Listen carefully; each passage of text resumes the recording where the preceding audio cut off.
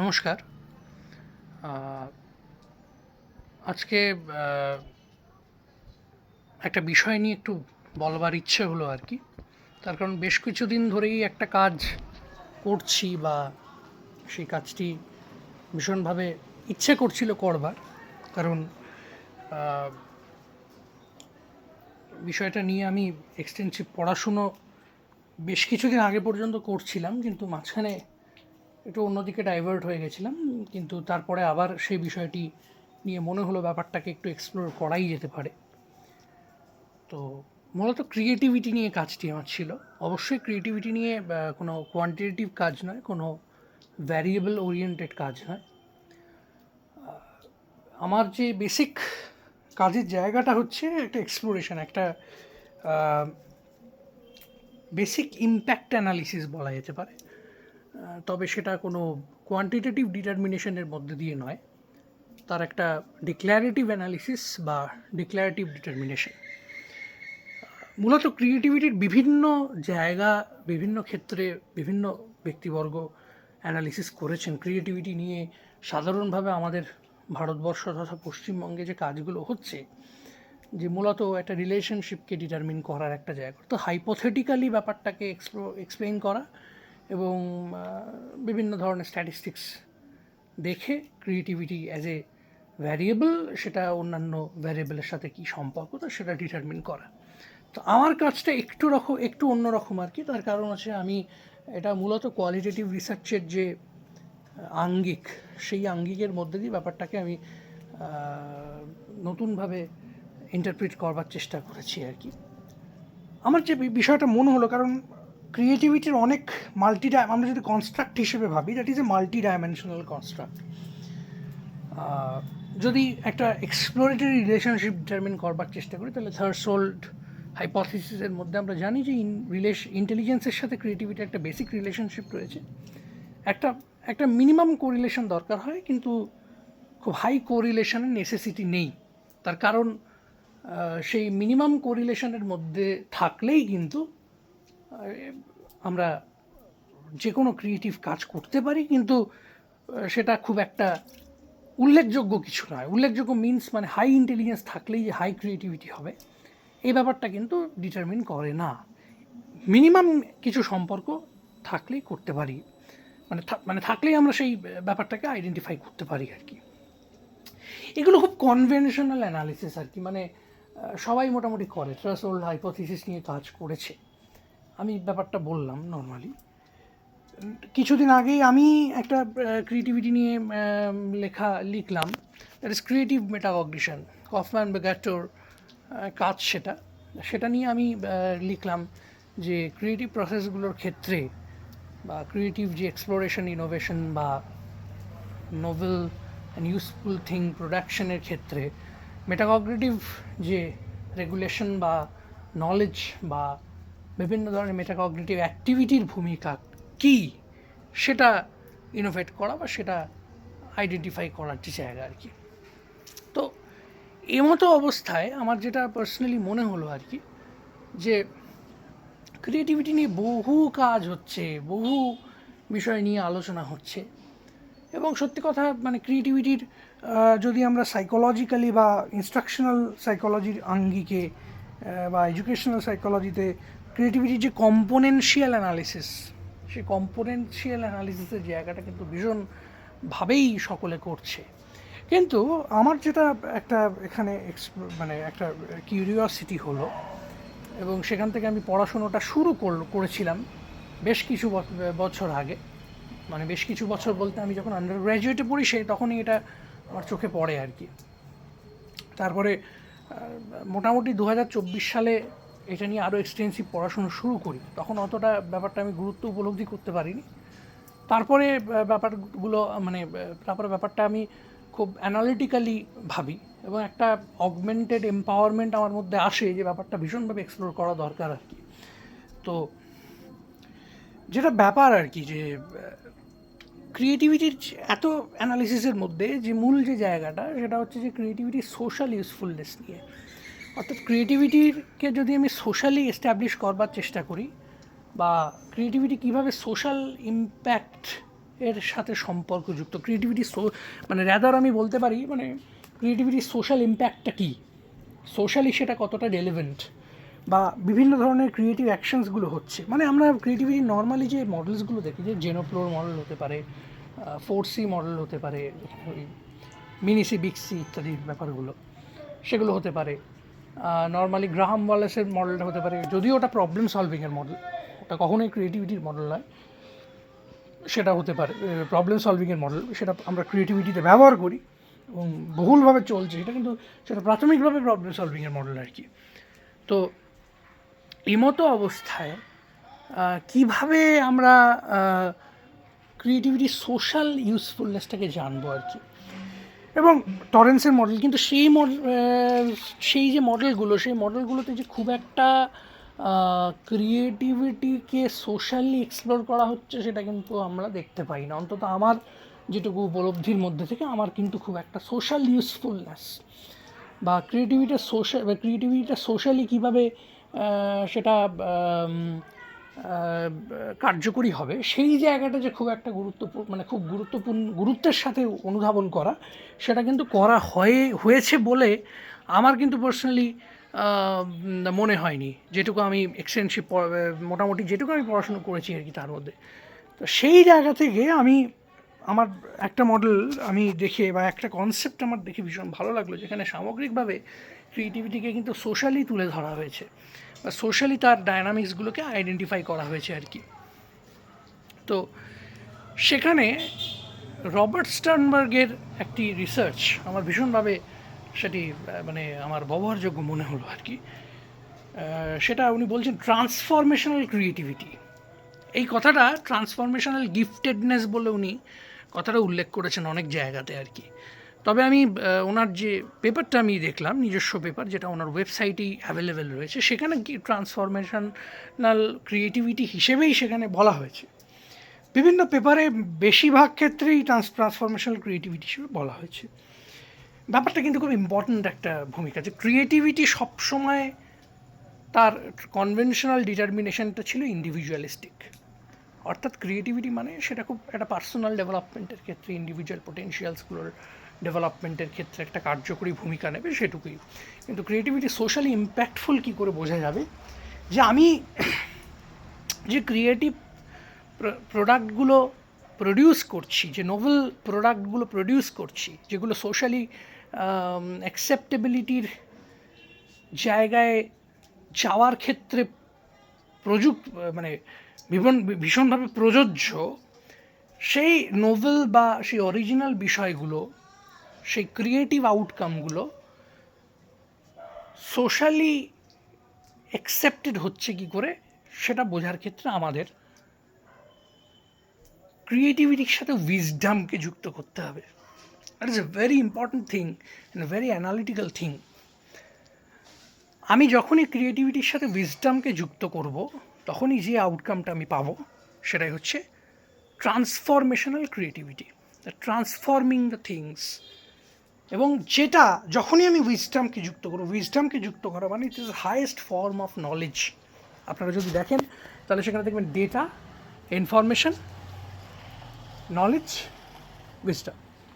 Wisdom is the accumulated words of value, অর্থাৎ নলেজের সাথে যখন ভ্যালুটা ইন্টিগ্রেটেড হচ্ছে তখন যেটা পাচ্ছে সেটা উইজডম, এবং সেটা যখন ক্রিয়েটিভিটির সাথে ইনকর্পোরেটেড হচ্ছে, ক্রিয়েটিভিটির সাথে যুক্ত হচ্ছে, তখন কিন্তু একটা মানে একটা ফেভারেবল আউটকাম আমরা পাবো, এবং সেইটা সামগ্রিকভাবে একটা সোশ্যালি ইউজফুল হবে, সোশ্যালি অ্যাডাপটিভ হবে এবং সোশ্যাল অ্যাকসেপ্টেন্স তার বাড়বে। আমাদের বিভিন্ন ক্রিয়েটিভ প্রসেসগুলো বা ক্রিয়েটিভ আউটকামগুলো কিন্তু সবগুলো সোশ্যালি যথাযথ নয়, সোশ্যালি অ্যাকসেপ্টেড নয়, সেগুলো অনেক ক্ষেত্রে সোশ্যালি ডিসঅ্যাপ্রুভড, সোসাইটিকে ডিস্ট্রয় করার ক্ষেত্রে কিন্তু কার্যকরী হতে পারে। আমার সমাজের ক্ষেত্রে যে ক্রিয়েটিভ আউটকামগুলো মঙ্গলময়, যে ক্রিয়েটিভ আউটকামগুলো আমার সমাজকে প্রোগ্রেসিভ করে তুলছে, প্র্যাগম্যাটিক করে তুলছে, আমার সোসাইটিকে ডেভেলপমেন্টের দিকে সূচিত করছে, সোশ্যাল ফেনোমেনাগুলোকে মানে ভীষণভাবে সোশ্যাল ফেনোমেনাগুলোকে ডায়নামিক করে তুলছে, সেটা কিন্তু আমার মনে হয় যে একটা ক্রিয়েটিভ প্রসেসের মধ্যে আসতে পারে। তো এমতো অবস্থাতেই আর কি ট্রান্সফরমেশনাল ক্রিয়েটিভিটির গুরুত্বটা ভীষণভাবে বেড়ে যায়। যে আমি ধরো এমন কিছু একটা তৈরি করলাম যেটা সোসাইটিতে ভীষণভাবে একটা ইম্প্যাক্ট তৈরি করলো, ধরো কিছু ভ্যাকসিনস হলো, ধরো আপনি কোভিড ভ্যাকসিনগুলো, সেটা এক ধরনের যদি ক্রিয়েটিভ ওয়ার্ক হিসেবে আমি মনে করি, তাহলে সেটা কিন্তু সোসাইটিকে একটা ট্রান্সফরমেশনের দিকে বা সোসাইটিকে একটা ডেভেলপমেন্টের দিকে এগিয়ে নিয়ে যাচ্ছে। যে ভীষণ মহামারী, সেই মহামারী থেকে উত্তরণের পথটা দেখিয়ে দিচ্ছে। তাহলে এই যে জায়গা, এই যে ভাবনা, এই ভাবনাটা কিন্তু ভীষণ কার্যকরী একটা ভূমিকা। এর বিপরীত দুটো দিক রয়েছে। একটা হচ্ছে ট্রান্সফরমেশনাল ক্রিয়েটিভিটির দুটো বিপরীত দিক রয়েছে। একটা ট্রান্সফরমেশনাল ক্রিয়েটিভিটি, তাহলে তার যে আরেকটা সাইডে দুটো ডাইমেনশন লক্ষ্য করা যায়। প্রথম ডাইমেনশনটা হচ্ছে ট্রানজ্যাকশনাল ক্রিয়েটিভিটি। এটা স্টার্নবার্গ বলছেন 2020 সালে যে ট্রানজ্যাকশনাল ক্রিয়েটিভিটিটা হচ্ছে just like tit for tat creativity. অর্থাৎ সেই ক্রিয়েটিভিটিটা শুধুমাত্র একটা কনসিকুয়েন্স, রিওয়ার্ড বা রিইনফোর্সমেন্ট, মানে কনসিকুয়েন্স মানেই সেটা রিইনফোর্সমেন্ট বা পানিশমেন্টের মধ্যে দিয়ে হবে। পানিশমেন্ট আমি এখানে ধরছি না, আমি জাস্ট রিওয়ার্ড, ইনসেন্টিভ, রিইনফোর্সমেন্ট, বিভিন্ন টোকেন্স ইত্যাদি এটা ধরছি। এখান থেকে যে ক্রিয়েটিভিটিগুলো বেরিয়ে আসে সেইগুলো কিন্তু যে খুব একটা সোশ্যাল আউটকাম আসে তা কিন্তু নয়, এটা স্টার্নবার্গ মনে করছেন। মানে শুধুমাত্র একটা স্পন্টেনিয়াস অ্যাকশনসকে পারফর্ম করে বা স্পন্টেনিটির মধ্যে দিয়ে সেই ক্রিয়েটিভিটিগুলো যে তৈরি হচ্ছে, ক্রিয়েটিভ আউটকামগুলো যে আসছে, সেটা কিন্তু সোসাইটিতে খুব একটা কার্যকরী ভূমিকা পালন করছে না। যে ক্রিয়েটিভিটির মধ্যে ইন্ট্রিনসিকনেস নেই, যে ক্রিয়েটিভিটির মধ্যে শুধুমাত্র একটা রিওয়ার্ড ওরিয়েন্টেড সম্পর্ক বা রিওয়ার্ড ওরিয়েন্টেড মেকানিজমসের মধ্যে দিয়ে সেটা চলছে, সেটা কিন্তু খুব একটা কার্যকরী নয় বলেই আর কি তিনি মনে করেছেন। সেটা হাইলি ইন্ডিভিজুয়ালিস্টিক, এবং সেটার কিন্তু সেটা সোসাইটিতে খুব একটা মানে সেটার যে সোসাইটিতে একটা ভূমিকা রাখবে এই কথাটা কিন্তু বলা যায় না। সুতরাং এটা ভীষণ একটা গুরুত্বপূর্ণ জায়গা বলে আমার মনে হয়, ভীষণ একটা ভাবনা চিন্তার জায়গা বলে আমার মনে হয়, যে দুটো ক্রিয়েটিভিটিকে আমরা ডিফারেন্সিয়েট করছি on the basis of social impact. সমাজে তার ভূমিকার পরিপ্রেক্ষিতে সৃজনশীলতাকে ভাগ করা হচ্ছে। তাহলে একটা হচ্ছে টিট ফর ট্যাট ক্রিয়েটিভিটি, এটাকে বলা হচ্ছে যে ট্রানজ্যাকশনাল ক্রিয়েটিভিটি। তার বিপরীত যেটা খুব long term, intrinsic and value oriented এবং তার সাথে উইজডম যুক্ত হচ্ছে। ট্রানজ্যাকশনাল ক্রিয়েটিভিটিতে কোনোরূপ উইজডম যুক্ত হয় না, সেটা শুধুমাত্র এক্সট্রিনসিক এনভায়রনমেন্ট, সেটা শুধুমাত্র বিভিন্ন ধরনের স্পন্টেনিটির মধ্যে দিয়ে সেটা কার্যকরী হয়। এটা একটা জায়গা। কিছু কিছু ক্রিয়েটিভিটি সমাজকে কিন্তু পিছিয়ে নিয়ে যায়, কিছু কিছু ক্রিয়েটিভিটি সমাজকে বিভিন্নভাবে ধ্বংস করে, সেটাকে বলা হয় ম্যালিগনেন্ট ক্রিয়েটিভিটি। আমরা জানি যে ম্যালিগনেন্সি যদি কোনো জায়গায় থাকে শরীরের, তাহলে সেই মানুষটি কিন্তু মৃত্যুর দিকে ধীরে ধীরে হেলে যায় আর কি। যদিও এখন বিভিন্ন ট্রিটমেন্ট বেরিয়ে গেছে, সেটা হয় না, তবু মেটাফরিক্যালি বা সিম্বলিক্যালি যদি ধরা হয়, তাহলে মানে খুব মানে মানে খুব মানে কি বলবো, ডিস্ট্রাকশানের দিকে সেটা আমাদের সমাজকে নিয়ে যায়, মানে ডিস্ট্রাকশানের দিকে সেটা আমাদের সমাজকে তারা মানে সেটা ফেলে দেয় আর কি। That is malignant creativity. সেটারও একটা সোশ্যাল ইম্প্যাক্ট রয়েছে, সেটার সোশ্যাল তার ফাউন্ডেশন রয়েছে, but it is the negative foundation যেটা সমাজকে পিছিয়ে দিচ্ছে। ধরো মেকিং অ্যাটম বোমস, মেকিং বিভিন্ন ধরনের কম্পিউটার ভাইরাসেস, টেকনোলজিক্যালি সেটা সোসাইটিকে নেগেটিভলি হার্ম করছে। বিভিন্ন ধরনের ধরো বিভিন্ন টেররিস্ট অ্যাটাক বা বিভিন্ন ধরনের এই সন্ত্রাসবাদী অ্যাক্টিভিটির জন্য বিভিন্ন ক্রিয়েটিভ প্রসেস ব্যবহার করে বিভিন্ন লোকজন, সেটা কিন্তু খুব একটা মানে সোসাইটিকে এগিয়ে দিচ্ছে তা নয়। অর্থাৎ ক্রিয়েটিভ আউটকামগুলো সোসাইটিকে পিছিয়ে দেয়, সোসাইটিকে ডিস্ট্রয় করে, সোসাইটিকে একটা ডিস্ট্র্যাকশনের দিকে এগিয়ে নিয়ে যায়, সেটাকে বলছি আমরা ম্যালিগনেন্ট ক্রিয়েটিভিটি। এবং এই ম্যালিগনেন্ট ক্রিয়েটিভিটিটা না সাংঘাতিকভাবে না একটা মানে বলতে পারি একটা তো ট্রান্সমিশনটা অনেকটা বেশি, তো সংক্রমণটা সাংঘাতিক বেশি। মানে কিছু দেখবেন অনেক অ্যাক্টিভিটি হয়, অনেক মানুষ আছে তাদেরকে আমরা বলি এই লোকটা সমাজের ক্যান্সার, এই যে ব্যাপারটা, তারপরে তার এমন কিছু অ্যাক্টিভিটি রয়েছে যেগুলো এটা কিন্তু সমাজকে ক্ষতি করছে, সেটা সমাজকে এগিয়ে নিয়ে যেতে দিচ্ছে না। তো এই যে ভাবনা, সেটা শিক্ষাক্ষেত্রে হোক, সমাজক্ষেত্রে হোক, বিভিন্ন ক্ষেত্রে হোক, রাজনৈতিকভাবে হোক, ইকোনমিক্যালি হোক, কিছু কিছু অ্যাক্টিভিটি আছে যেগুলো সব মানে নিশ্চয়ই কিছু কিছু অ্যাক্টিভিটি তারা আমরা দেখি যে তারা কিন্তু সামগ্রিকভাবে তারা কিন্তু মানে খুব নেগেটিভ দিকে নিয়ে যায় আর কি পরিস্থিতিকে। ঠিক ক্রিয়েটিভ প্রসেসগুলো যখন একটা নেগেটিভ পরিস্থিতি নিয়ে যাচ্ছে এবং এটা ভীষণ ট্রান্সমিসিভ, এটা কিন্তু ছড়াতেই থাকে। নেগেটিভিটি যত তাড়াতাড়ি ট্রান্সমিশন হয়, নেগেটিভিটি খুব স্পন্টেনিয়াস আমি বললাম, এবং এটাও কিন্তু একটা টিট ফর ট্যাট ক্রিয়েটিভিটির সাথেও কিন্তু সংযুক্ত। খুব তাড়াতাড়ি এটা ট্রান্সমিশন ঘটে, এবং আমরা সাধারণত যেটা জানি আর কি যে মানে মানে এই নেগেটিভ ক্রিয়েটিভিটিগুলো বা নেগেটিভ ক্রিয়েটিভ আউটকামগুলো কিন্তু সাংঘাতিকভাবে একটা মানে ছড়িয়ে যেতে পারে, কারণ উইজডাম নেই। তো একটা উইজডামকে যখনই আমি কাল্টিভেট করব কোনো একটা সাইকোলজিক্যাল প্রসেসের সাথে, তখন কিন্তু সেটা সাংঘাতিকভাবে যে মানে গ্রহণযোগ্য হবে এটা কিন্তু বলা যায় না, মানে খুব তাড়াতাড়ি হবে সেটা বলা যায় না, এবং গ্রহণযোগ্য হবে কিনা সেটা বলা যায় না, কারণ অনেক ক্রিয়েটিভ প্রসেস রয়েছে যেগুলি ইনিশিয়ালি কিন্তু গ্রহণযোগ্যতা লাভ করেনি। ইনিশিয়ালি সবাই মনে করেছে এটা কিন্তু সমাজের পক্ষে ভালো হবে না, ধরো বিধবা বিবাহ, সতীদাহ প্রথা, এরকম অনেক বিষয় রয়েছে যারা কিন্তু মাস এটা মনে করেনি, এটা কিন্তু ঠিক, কিন্তু তাদের দূরদর্শিতা ছিল বলেই কার্যকারিতাটা হয়েছে। বিভিন্ন ক্ষেত্রে আমরা যদি দেখি, গ্যালিলিও, কোপার্নিকাস, এদের ক্ষেত্রেও কিন্তু এই বিষয়টা খুব গুরুত্বপূর্ণ, কারণ উইজডামকে কাল্টিভেট করতে অনেক সময় লাগে। উইজডামটা যখন বেসিক সাইকোলজিক্যাল প্রসেসগুলোর সাথে মেশে, বেসিক আন্ডারস্ট্যান্ডিংয়ের সাথে মেশে, সেটা কাল্টিভেট করতে অনেক সময় লাগে। সেটা ইন্টিগ্রেশন বলুন বা কাল্টিভেশন বলুন, সেটা অনেকটা সময় লাগে। কাজেই সেটাকে প্রপারলি আমি কিন্তু স্পন্টেনিটির মাধ্যমে অ্যাক্সেস করতে পারবো না, কাজেই সেটা কিন্তু খুব তাড়াতাড়ি কিন্তু ছড়ায় না। কিন্তু এই নেগেটিভ ম্যালিগনেন্ট ক্রিয়েটিভিটি যেগুলো, এগুলো কিন্তু ভয়ঙ্কর ট্রান্সমিসিভ হয় এগুলো আর কি। একটা নেগেটিভিটি হলে সঙ্গে সঙ্গে সেটা কিন্তু মানে ছড়িয়ে যায় আর কি। ধরো এই যে কিছুদিন আগে একটা ফেসবুকে ট্রেন্ড হয়েছিল, আপনারা সবাই জানেন সেটা, যে আমি আমার ফেসবুকে সবাই লিখছে যে আমি মেয়েটাকে আমার কোনো তথ্য ছবি ব্যবহারের অনুমতি দিলাম না।